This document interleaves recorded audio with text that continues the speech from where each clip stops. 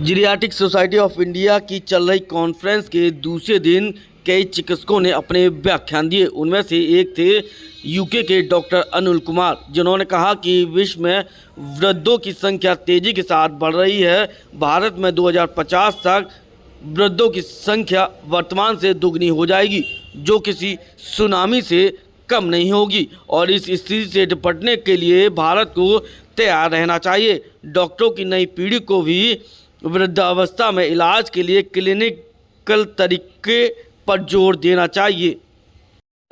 उन्होंने कहा कि मरीजों की जांचें क्लिनिकल फाइंडिंग के बाद ही कराई जानी चाहिए। मरीज के गिरने का कारण क्या है, बीपी या फिर पार्किंसंस, ये सब क्लिनिकल फाइंडिंग के बाद ही पता चलेगा। उन्होंने कहा कि विश्व के सभी जीरियाट्रिक सोसाइटी में आपस में सामंजस्य होना चाहिए, क्योंकि वृद्धों में होने वाली बीमारियां सिर्फ एक देश की नहीं बल्कि पूरे विश्व की समस्या है। लेकिन ओल्डर पॉपुलेशन जो होता है, people can live in misery, they have lots of comorbid conditions. उसके लिए हेल्थ इकोनॉमिक बहुत ज़्यादा इम्पोर्टेंट हो जाता है।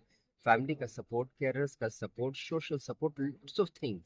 तो एक तो अचीवमेंट है कि आपने हेल्थ बढ़ा दिया, एज बढ़ा दिया, good, productive, but what a cost, that is something negative हो जाता है। लेकिन मेरे लिए अगर आप मैसेज हमसे पूछना चाहते हो तो मेरा कुछ मैसेजेस हैं।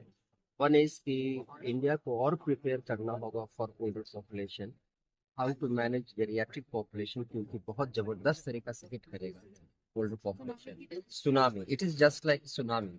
अभी भी लोग यहाँ पे काफी एक्टिव हैं, but they have to be more active and prepared government level में। That is number one.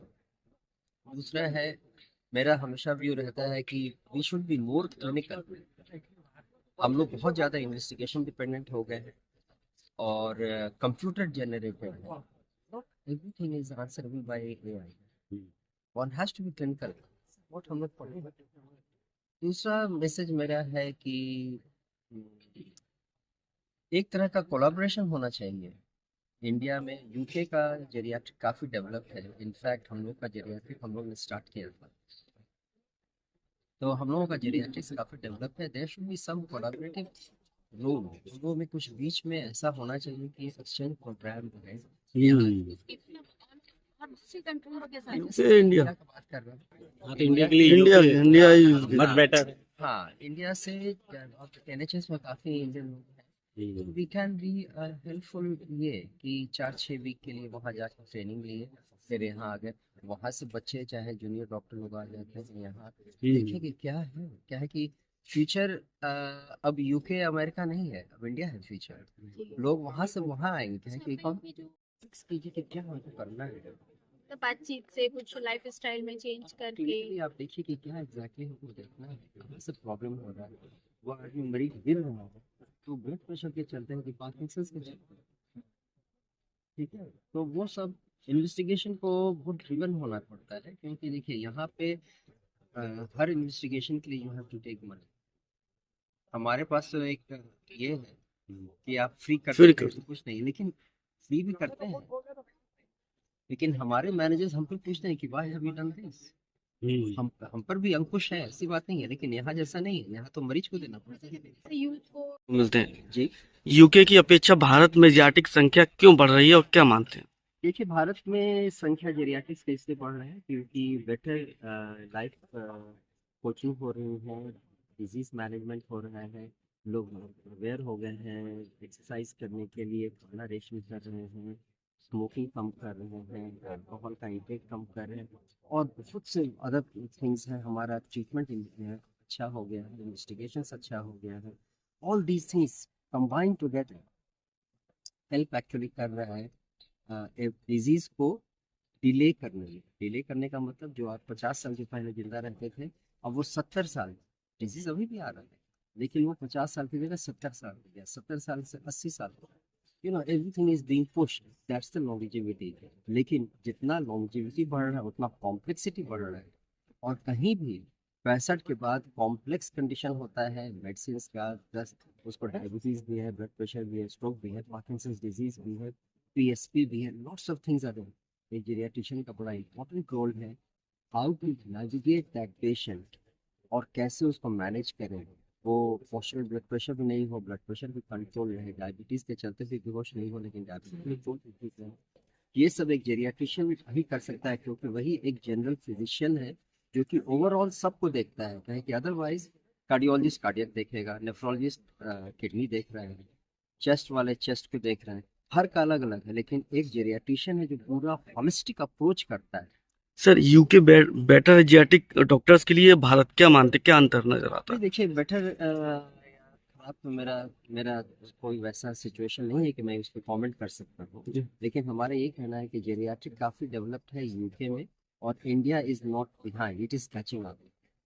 और इंडिया में मैं लाइफ मेंबर हूँ इंडियन एकेडमी ऑफ जेरियाट्रिक्स और जेरियाट्रिक सोसाइटी ऑफ इंडिया, बहुत लॉन्ग लिव टू देम।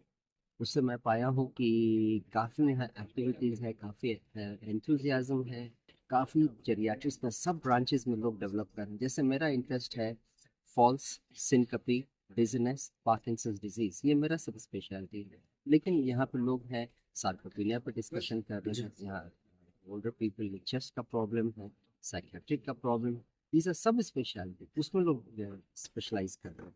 सो हम future काफ़ी bright देख रहे हैं इंडिया में, and I think within short time India and UK और वर्ल्ड लेवल में India will be there. Conference के दौरान इस संस्था के पूर्व प्रेसिडेंट डॉक्टर सजीश अशोकन से भी मुलाकात हुई। उनसे वृद्धों में लगातार भूलने की बीमारियों पर खुलकर चर्चा की गई। उन्होंने बताया कि वृद्धों में अब ये बीमारी कॉमन हो चली है और इसके कई कारण हैं।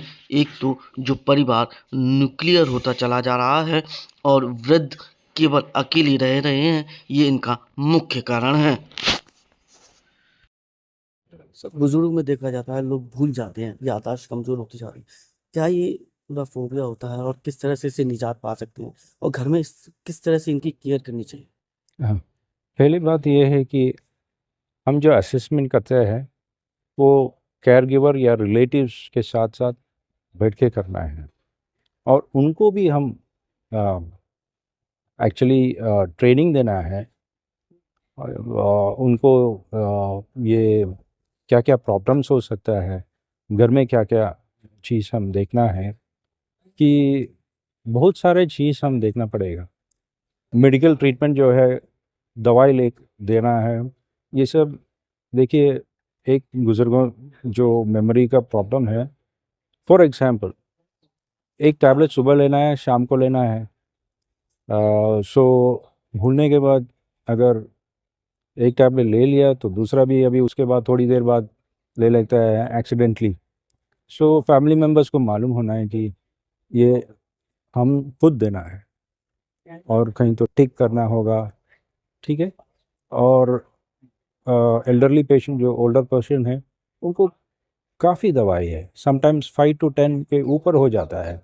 सो इसको हम पॉलीफार्मेसी बोलते हैं। सो पॉलीफार्मेसी में एसेंशियल पॉलीफार्मेसी होगा, या जो ड्रग्स है, एक तो फिजिशियन लिखा होगा, एक तो डायबिटोलॉजिस्ट लिखा होगा, एक तो न्यूरोलॉजिस्ट लिखा होगा, एक तो साइकेट्रिस्ट लिखा होगा।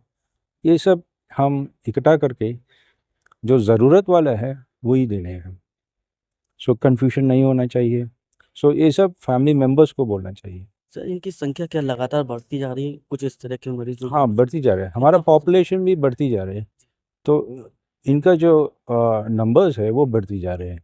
सो इंडिया में अभी जो डेमोग्राफिक चेंजेस हो रहा है, पहले तो हम सब जॉइंट फैमिली था, अभी सब न्यूक्लियर फैमिली है, और डेवलपमेंट के साथ साथ सब लोग अलग अलग हो गया, तो काम के लिए कहीं और चले जाते हैं, और पेरेंट्स जो है वो अकेले रहते हैं।